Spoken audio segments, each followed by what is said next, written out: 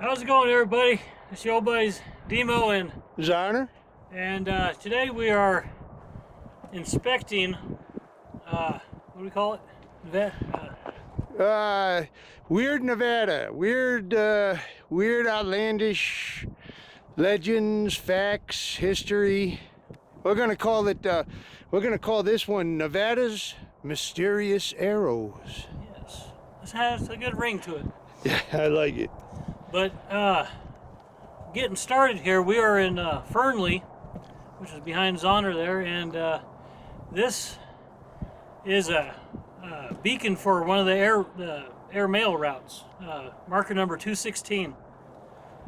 And we'll show you there in a little bit, but the old Polaris, the new Polaris building in Fernley used to be the airport. Yeah. So, and as you see, this is easy. An old beacon tower. And the old lights right up there. And So back in the 20s and 30s, the planes flying across country doing airmail at night could see. yeah, so these were every 10 miles apart. So we're gonna head down the Truckee River, go west to old Tracy Clark or USA Parkway, and hit that beacon. But as Yeah, well, we know one of the arrows is there for sure. like I said, the airport used to be that far building out there by the lake bed. That's Polaris. But Yeah, you there's see. nothing that remains there anymore except for an asphalt parking lot. Yeah, you can see the old white dry lake bed way back there. Fernley Sink. That is where the airport used to be, right where that last building is back there. So, whew. I think what I do. You guys want a view from on top?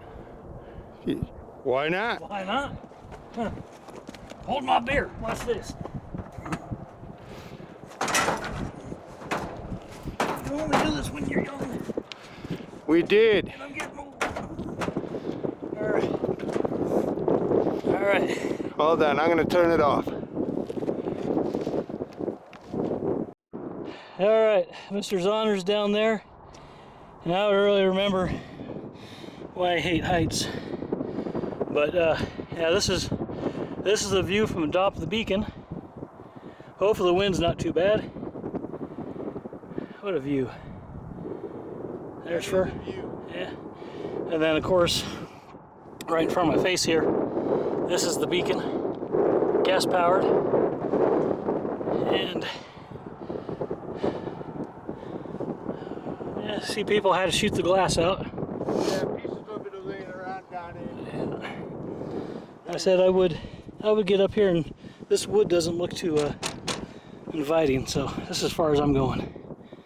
But we're gonna go ahead and head up to USA Parkway, about just 10 miles up in down the canyon there. So, you ready to go check out another one? Let's do it, brother. All right, let's see if I can get down here without breaking a neck, or I don't want to be that kind of YouTube famous. Yeah, but yeah. So now you can say you've seen the top of Fernley. Yay! All right. I've been looking at the bottom of it for all these years. All right, let's head out. All right, folks, we just want to give you a little bonus footage here. This is the old original. It runs parallel to Highway 80 over there. This is the old Lincoln Highway, the old original Lincoln Highway, Route 40. Went all the way across country. This is it right here. And this is also part of the old immigrant trail. This is where the wagons came through, right here.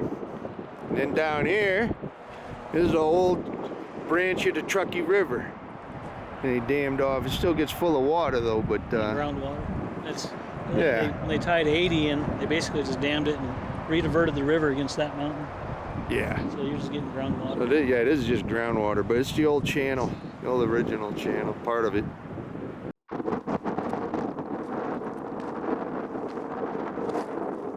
How we doing today, folks? We have been driving around out here in the beautiful nowhere, Nevada, middle of nowhere, northern Nevada, and we have stumbled upon this. What on earth could this be?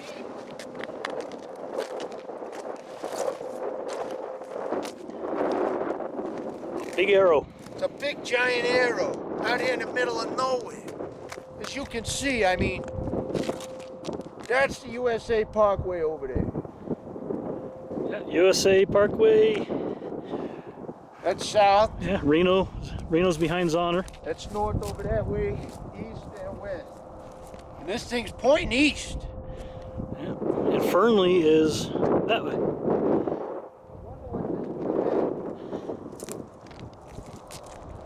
Should we let him in on it? Let's let him in on it. We actually know what these are. And, our new little video series that we're working on here is going to be strange and weird and incredible facts about Nevada. And right here is one of them. Yep. What we have here, these were installed in 1924 by the United States Post Office. Bureau of Lighthouses first, then the Post Office. Bureau of Lighthouses, then the United States Post Office, and these were all lit up at night for planes, for airmail, and they would show them which proper direction to go.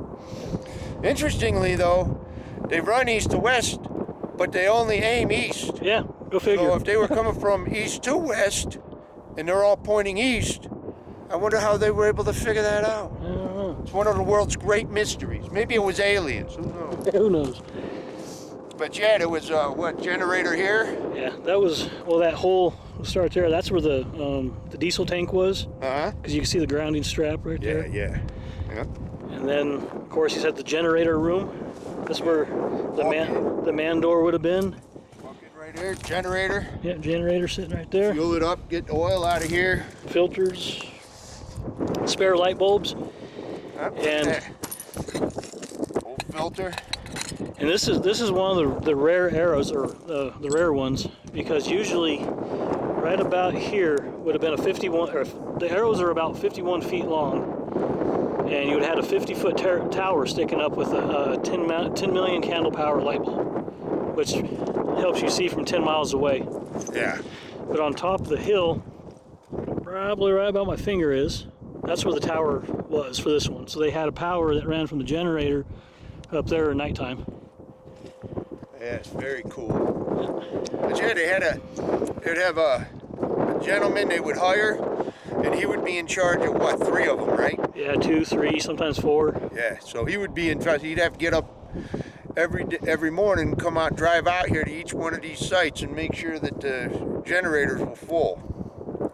And any of the maintenance work that needed to be done, anything else like that. But this is how they delivered airmail before there was mass electricity. 1924. And these arrows run all across the country. Yeah, I can't remember exactly what number this one was. I'd have to look at the paperwork. But every 10 miles, they had an arrow. So Fernley is 10 miles that way. 10 miles that way, there's Was it the airport? it's a VOR site, which is it's now owned by Reno Tahoe Airport, or International Airport. So the arrow's gone there. And then Mogul. Yeah, then from there into Reno, from Reno there's Mogul, there's the arrow. So. And they keep just following all the way over the Sierras. And there's a set of arrows down in the Vegas area that runs from I want to say Good Springs or Jean up into Moapa. And then there's also another set of arrows that run from, I think, Boise into Elko, which those are the ones I haven't been to yet. Incredible, interesting, and the stuff is still here. All these years later, over 100 years later. All you gotta do Just follow the arrow. Follow the arrows. Yeah. And this makes sense. I live and I breathe, my friends. I live and I breathe. Yeah, so if you're ever in the USA Parkway area, you can see, I'm trying to get a landmark of what is what. Oh, you got all Okay, kinds of well, you got that big warehouse, the close one. Right in front of that is a Golden Gate gas station. So if you look at the Golden Gate gas station, you look due north, you should see kind of like a little, it's a square, it looks like a billboard from I-80. That's an old microwave tower. And you might actually look up and see me and DMO waving to you. Yeah, hi. Yeah. But, so, shall we see if we can get up to Fernley? Yeah, let's see if we'll snoop around here, see if we can unearth something else. There's always history. Laying around all over the place. I said you can just imagine coming up this dirt road and there's an eye, like a driveway. The guy would drive up here in his little Model A Ford, hauling fuel and filters and changing light bulbs. That was his job back in the. Not too bad of a gig. That and what? Then in the 1930s they had to destroy these arrows. Well, the technology got better because they started having better navigational equipment in their planes. So in the 40s they destroyed them all because they were afraid Japanese, German pilots would use them. Yeah, they had a big case of war nerves because these all these arrows pointed to a major city or destination in America. Interesting. Very interesting. Very interesting. Very interesting. So let us see if we can find some more interesting history for you. Yes. All right, folks. Well, right now we're going to ahead and wrap up. We're at the old Reno Air Mail field here on Loomis and Mountain View Street. This is the Lakeview Golf Course. Back in the 1920s, this was the original Reno Airport before they moved it down on the lower grounds. But from here, 10 miles that way is the Mogul Arrow, and 20 miles behind Zonner there is where we just came from. USA Parkway. Tracy Clark. Basically, the first scheduled mail plane landed here September 9th, 1920, and it was a short-lived venture, but it's a Bureau of Lighthouses, then post office, then. Yeah, they were just lighting the way for the planes at night, and then during World War II, they got rid of all the arrows because they were afraid that Japanese or German pilots would follow them in. Yep, war nerves. So, all these arrows aimed at one center town of one way or another. Yeah, but very cool. And then like we were saying, it's the first video in a new line of videos we're doing about legend and lore in Nevada. Yep. Just great stories about the history of Nevada. Stuff's right out there. You just got to go looking for it. That's all. Yep. So, yeah, it's been a hell of an adventure, hell of a day. Hell yeah, we're finally back, brother. We're finally back. Yeah. Well, like I said, if this is something people are interested in, we'll continue to pump them out. Yeah. Because these arrows are everywhere. I mean, they have them down in the Vegas area. They have them up here. There's another set of arrows that are coming down from Idaho to Elko, which we might have to make a trip up to Elko to locate those. Yeah, absolutely. But yeah, another excellent adventure. I'd say so. Well, I guess we'll go wrap it up. Let's wrap it up, brother. You got anything else? No, I ain't got nothing. I got no adieux of any kind. There ain't no adieux. So, without any further ado, I guess this has been your old buddies, DMO and Zonner, saying, don't let your meatloaf. Thanks a lot, folks. Bye-bye.